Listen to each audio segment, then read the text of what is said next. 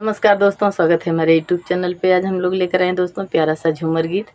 पसंद आए तो हमारे चैनल को लाइक करें, शेयर करें, सब्सक्राइब करें, हमारा सपोर्ट करें, हमारे चैनल को आगे बढ़ाएं। दोस्तों गाना जैसा भी लगे कमेंट में ज़रूर बताएं। धन्यवाद। कौनो जुगतिया बतावा मोरे ननदी, सैया मिलैया न बोलावा हो। कौनो जुगतिया बतावा मोरे ननदी, सैया मिलैया न बोलावा हो। दलिया में नुनवा चटक कैद भौजी, घर जाऊ परे भैया बोली हई हो। दलिया में नुनवा चटक कैद भौजी, घर जाऊ परे भैया बोली हई हो।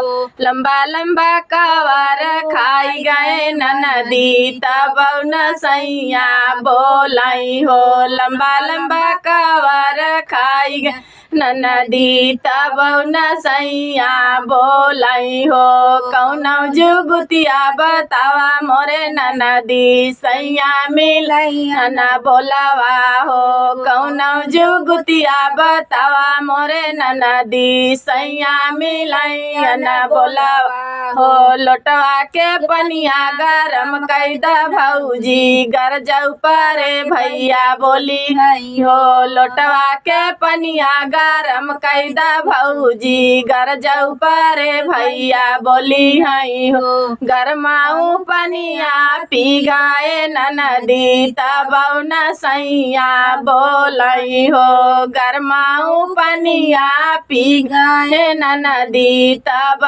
न सैया बोलई हो। कौनो जुगतिया बतावा मोरे ननदी, सैया मिलैया न बोलावा हो। कौनो जुगतिया बतावा मोरे ननदी, सैया मिलैया न बोलावा हो। सजिया पे कांटा बिछावा मोरे भौजी, घर जाऊ परे भैया बोली हई हो। सजिया पे कांटा बिछावा मोरे भौजी, घर जाऊ परे भैया बोली हई हो।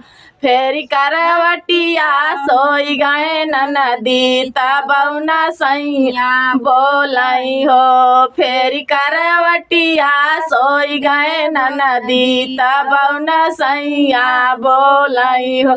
कौनो जुगतिया बतावा मोरे ननदी, सैया मिलैया न बोलावा हो। कौनो जुगतिया बतावा मोरे ननदी, सैया मिलैया न बोलावा हो।